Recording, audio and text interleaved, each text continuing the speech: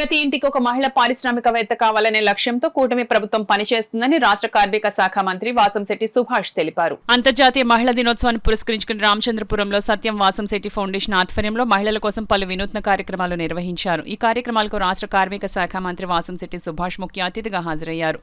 మహిళల్లో గర్భాశయ క్యాన్సర్పై అవగాహన పెంపొందించేందుకు హెచ్పీవీ వ్యాక్సిన్పై భారీ అవగాహన ర్యాలీ నిర్వహించారు.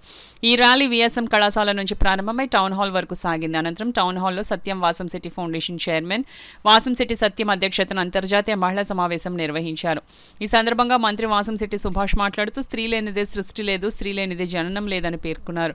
భారతీయ సంస్కృతిలో స్త్రీ స్థానం ఎంతో గొప్పదని ఆయన అన్నారు. కార్యేషు దాసి కరణేషు మంత్రి భోజేషు మాత అంటూ స్త్రీమూర్తి గొప్పతనాన్ని మన పూర్వీకులు అద్భుతంగా వర్ణించారని తెలిపారు. కుటుంబాన్ని ఓర్పు సహనంతో ముందుకు నడిపించే శక్తి మహిళలదేనని చెప్పారు. మహిళలు గర్భాశయ క్యాన్సర్ వంటి వ్యాధులపై అవగాహన పెంపొందించుకోవాలని సూచించారు. మహిళల ఆరోగ్య రక్షణ కోసం హెచ్పీవీ వ్యాక్సిన్ ప్రభుత్వం ఉచితంగా అందించేందుకు చర్యలు తీసుకుంటోందన్నారు. మహిళా సాధికారతకు కేంద్ర రాష్ట్ర ప్రభుత్వాలు ప్రత్యేక కార్యక్రమాలు అమలు చేస్తున్నాయని తెలిపారు. మరో ముఖ్య అతిథిగా పాల్గొన్న ప్రముఖ గైనకాలజిస్ట్ డాక్టర్ సుష్మా ఆదిత్య మాట్లాడుతూ మహిళల ఆరోగ్యంపై అవగాహన కల్పించారు. చిన్న వయసు నుంచి ఆరోగ్యంపై శ్రద్ధ పెట్టాలని సూచించారు.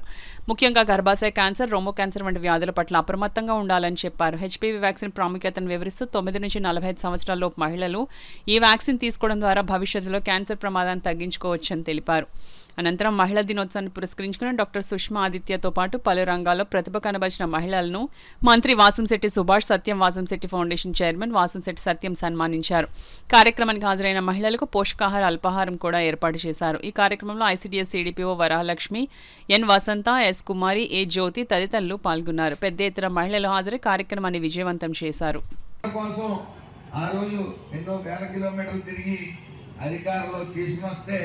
దీని అధికారంలోకి వచ్చిన వెంటనే ఆస్తిపాస్తుల కోసం తల్లిని చెల్లిని గెంటేసిన చరిత్ర జగన్మోహన్ రెడ్డి గారు. ఏ నాయకుడు ఎలా ఉండకూడదో అతను రివ్యూ చేశాడు. అలాగే మొన్న చూసాం జగన్మోహన్ రెడ్డి ఉత్సవాల్లో ఓ నిండు గర్భిణిని కాలుతో తన్ని వీడియో ప్రతి చోట చూసాం. ఆవిడ నేను డెలివరీ దగ్గరలో ఉన్నాను, ఇక్కడ మందు సామాగ్రి కాల్చొద్దంటే కడుపు మీద తన్నాడు. తల్లి పట్ల, చెల్లి పట్ల, మహిళల పట్ల ఎంత ప్రేమగా ఉండాలో మాకు నిరంతరం చంద్రబాబు నాయుడు గారు, లోకేష్ గారు చెప్తా ఉంటారు. ఆయన చూసాం, తండ్రి తిన్న ప్లేటు తీసుకువెళ్తాం. ఆయన సంస్కారం, అంత సంస్కారవంతంగా పెంచారు.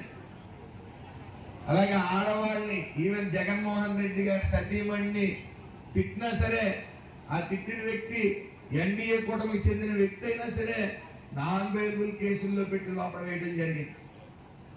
ఆడవాళ్ళని ఎవరిని ఇబ్బంది పెడితే నా విశ్వరూపం చూస్తారు అని చెప్పి చంద్రబాబు నాయుడు గారు అనేక సందర్భాల్లో కూడా చెప్పారు. ముఖ్యంగా ఈ ప్రోగ్రామ్ చేస్తున్నందుకు చాలా ఆనందంగా ఉంది. మహిళలకి ఇంత వాల్యూ ఇచ్చి ఇన్ని వర్క్ షాప్స్ కండక్ట్ చేసి నాతో అంటే హెల్త్ గురించి మాట్లాడమని పిలిచారు. సో హెల్త్ ఇంపార్టెన్స్ ఏంటనేది మీకు ఇవాళ కొంచెం డీటెయిల్గా చెప్తాను.